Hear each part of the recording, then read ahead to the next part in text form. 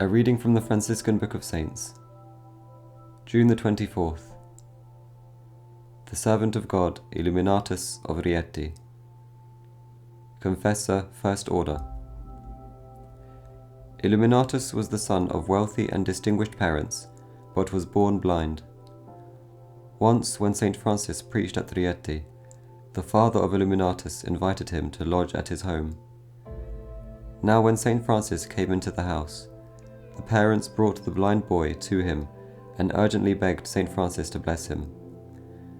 Filled with compassion, St. Francis made the sign of the cross over the child's eyes, and at once the child could see.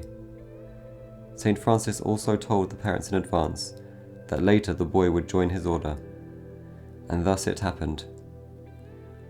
When the boy had grown to young manhood and had gained a splendid education, he recognized that all the glamour the world offered him in his eminent position was in reality only passing and dazzling tinsel.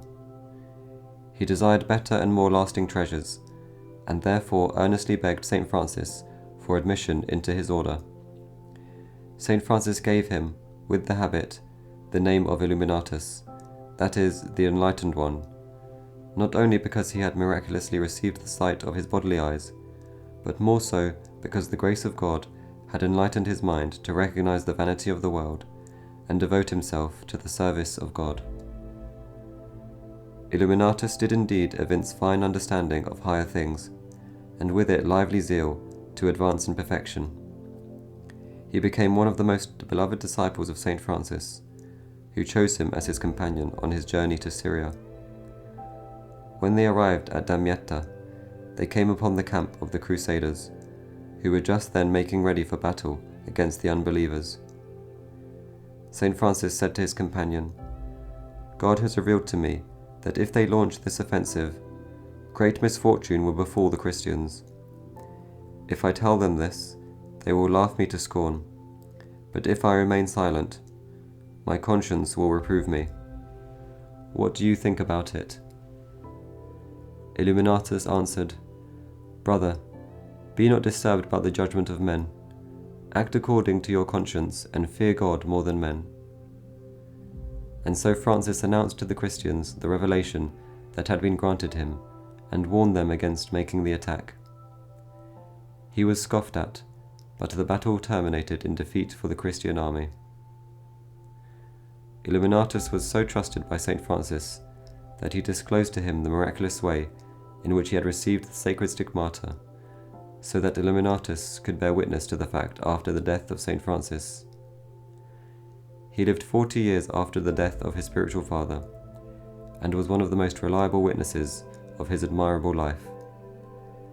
In 1266 he died on the 5th day of May, regarded by all as a saint, and was laid to rest in the church of St. Francis of Assisi. A reflection on true enlightenment. Consider how the servant of God, Illuminatus, was granted the gift of true enlightenment. True enlightenment is nothing but true knowledge of things, and he is truly enlightened who has a knowledge of things which corresponds with reality. But there can be no truer knowledge than that which faith and grace bestow upon us, because this knowledge proceeds from the Father of light and the source of all truth. It was this light that made an enlightened man of Illuminatus in his estimation of the glamour of the world. May it enlighten all of us. Consider how idle is the false enlightenment of the class of people who like to regard themselves as the enlightened class.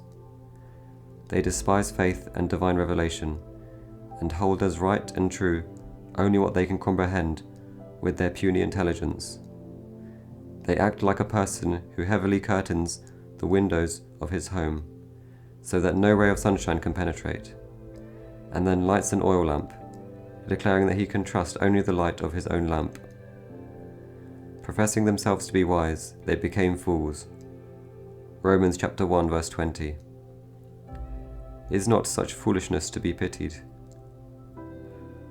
Consider how enlightened the advice was which Illuminatus gave St. Francis: to follow the voice of God and his conscience, and not heed the judgment of men. The fruit of true enlightenment is ours when we carry out in our lives the truths revealed by God and our faith. The reason why so many people end up with false enlightenment is because they refuse to apply the truths of Christian revelation in their lives. That is why they hate and deny the truth and end up in folly. Christ is our teacher as well as our leader. He says, "He who follows me walks not in darkness."